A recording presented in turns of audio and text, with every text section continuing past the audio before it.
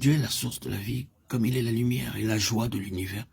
De même que les rayons de lumière émanent du soleil et que le ruisseau jaillit de la source d'eau vive. Ainsi, des bienfaits découlent de lui et se répandent sur toutes ses créatures.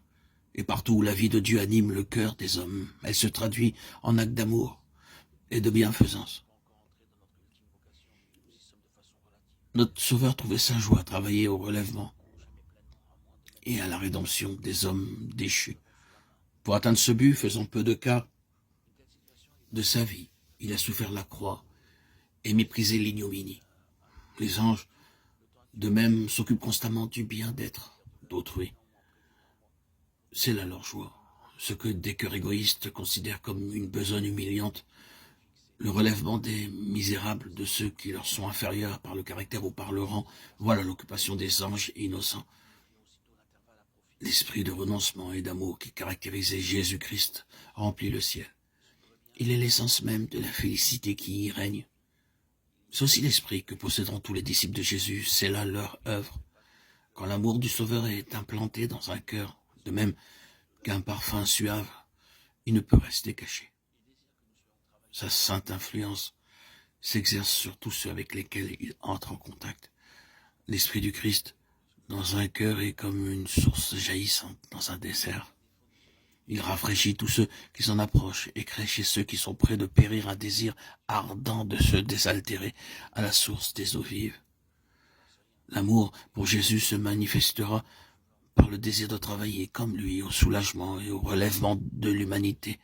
Il nous poussera à l'amour, à la tendresse et à la sympathie envers toutes les créatures de notre Père céleste. La vie terrestre du Sauveur n'a pas été une vie d'aise et d'égoïsme.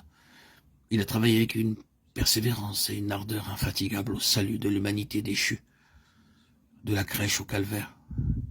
Il a suivi le sentier du renoncement, sans chercher jamais à éviter les travaux ardus, les voyages pénibles, les soucis qui accablent et les corvées qui épuisent.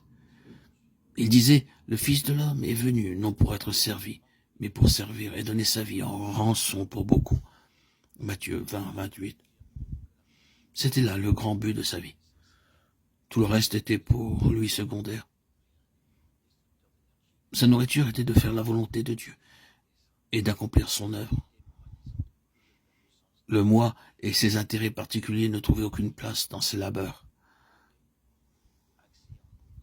Ceux qui participent à la grâce et aux dons célestes seront prêts aussi à tous les sacrifices en faveur des âmes pour lesquelles le Christ est mort. Ils feront tout ce qui est en leur pouvoir pour laisser le monde meilleur qu'ils l'ont trouvé. Cet esprit est la conséquence inévitable